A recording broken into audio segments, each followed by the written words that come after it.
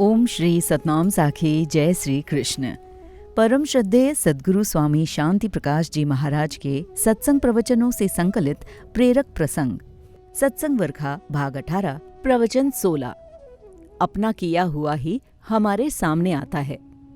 गुरु महाराज जी ने एक प्रसंग सुनाया। अभी कुछ दिन पूर्व सिंध से एक परिवार यहाँ भारत में रहने के लिए आया। एक माह गुजरने के बाद पिता अपने पुत्र को साथ लेकर बाजार घूमने निकले। बाजार में एक जगह पकौड़ों की दुकान थी, तो पुत्र ने अपने पिता से कहा, पिताजी, मेरा मन ये गरम गरम पकौड़े खाने का हो रहा है।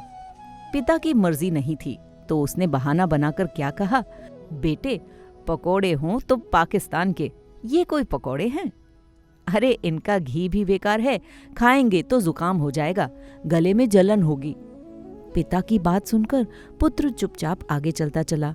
फिर थोड़े आगे चलते ही एक दुकान पर हलवा तैयार हो रहा था।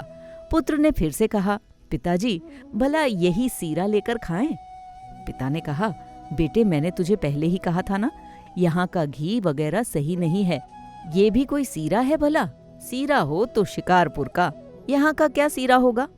फिर थोड़ी देर आगे चले तो एक जगह जलेबियां तल रही थी। पुत्र ने कहा, बाबा, वो देखो जलेबियां तल रही हैं। पिता ने फिर से कहा, बेटे, तू भी बार बार मेरा सर खपा रहा है। मैंने तेरे से पहले ही कहा ना, बेटे, जलेबियां हो तो जैकमाबाद की, यहाँ की भी जलेबियां कोई जलेबियां हैं भला? इतना कहने के बाद लड़के ने सोचा, यदि बाबा ऐसे ही कह रहे हैं तो ये बात सही होगी। चलो कोई बात नहीं, जैसे पिताजी की मर्जी। बाजार घूमकर दोनों घर पहुंचे। रात्रि को विश्राम करके सुबह हुई। अब पिता अपने उसी पुत्र को जगाते हुए बोले, बेटे उठो, सुबह हो गई है, लो ये किताब उठाओ और स्कूल पढ़ने जाओ। पुत्र ने कहा, पिताजी, ये किताब क्या पढ़कर करेंगे? पढ़ाई है तो पाकिस्तान की, यहाँ की भी कोई पढ़ाई लिखाई है? पिता ने कहा, बेटे, मेरा कहना मान, वरना मास्टर साहब तेरी पिटाई करेंगे।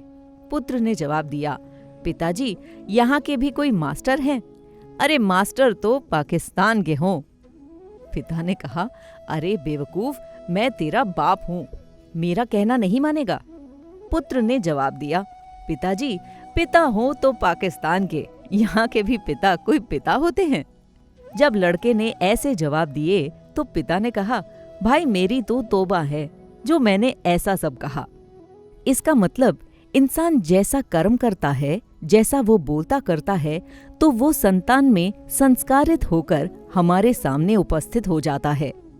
अतः हमें सावधानी पूर्वक बोलना चाहिए और ऐसा आचरण रखना चाहिए कि जैसे हमारे सामने ऐसी परिस्थिति उपस्थित ही न हो पाए। बोलिए सतगुरुदेव भगवान की जय।